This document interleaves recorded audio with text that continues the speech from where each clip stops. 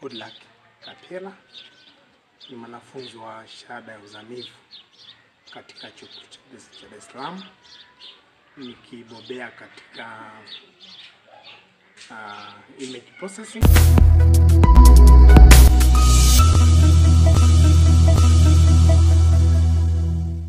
Tanzania imeshuhudia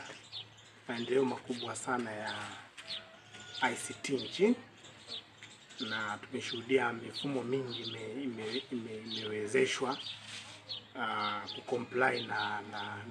ICT, na tumeona maendeleo makubwa ndani ya nchi, lakini kuna jitihada za juu zaidi ambazo zinahitajika ili kuhakikisha kwamba nchi inapiga maendeleo katika TEHAMA, kwa maana ya ulinzi ndani ya mifumo yake, lakini pia impact ambayo mifumo ya TEHAMA inaweza kuleta kwa nchi.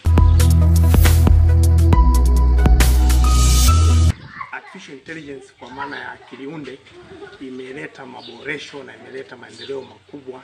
katika nchi na duniani kwa ujumla, na